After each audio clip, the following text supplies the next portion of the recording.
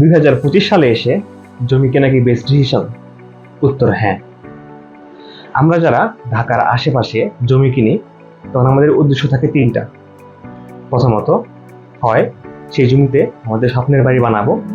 দ্বিতীয়ত, হয় সেই জমিটাকে ডেভেলপারকে দিয়ে ডেভেলপ করাবো, অথবা সেই জমিটা ভবিষ্যতে উচ্চ মূল্যে বিক্রি করব। কিন্তু এর সাথে যদি আপনি আরো চারটে জিনিস খেয়াল রাখেন তাহলে আপনার লাভ হবে আরো কয়েক গুণ। প্রথমত হচ্ছে হোল্ডিং ক্যাপাসিটি।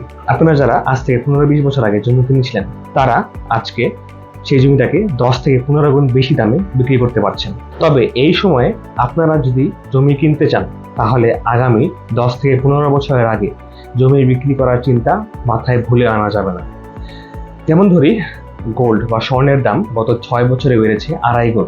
যেভাবে আগামী 10-15 বছর পরে একটা জমির দাম 4 থেকে 5 গুণ বেড়ে যেতেই পারে। দ্বিতীয়ত হচ্ছে, আপনার যদি ঢাকার আশেপাশে বড় জমি থেকে থাকে তাহলে ওই জমিটাকে অনাবাদি না ফেলে রেখে ফার্মারদেরকে দিয়ে চাষাবাদ করানো, অথবা সেই জমিতে অ্যাগ্রো ফার্মের জন্য লিজ দেওয়া। তো আপনার সেই জমি থেকে যে ইনকামটা হবে সেই ইনকামটা হবে পুরোপুরি ট্যাক্স ফ্রি।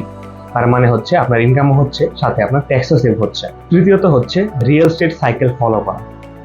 তো যারা আজ থেকে 15-20 বছর আগে জমি কিনেছিল তারা জমিটা কিনেছিল রিসেশন সাইকেল, তখন জমির দাম ছিল কম, এখন বিক্রি করতেছে উচ্চ মূল্যে। তো এখন চলছে এক্সপানশন সাইকেল। তার মানে হচ্ছে আপনি সবসময় চেষ্টা করবেন জমিটাকে কম মূল্যে কেনা এবং বেশি দামে বিক্রি করা। এবং শেষে একটি গুরুত্বপূর্ণ বিষয়, যেখানে আপনার জমিটা আছে যদি সেখানে গভর্নমেন্ট প্রজেক্ট ডেভেলপ করতে চায়, তখন গভর্নমেন্ট করে কি আপনার কাছ থেকে বাজার থেকে বেশি মূল্যে জমিটা কিনে নেবে।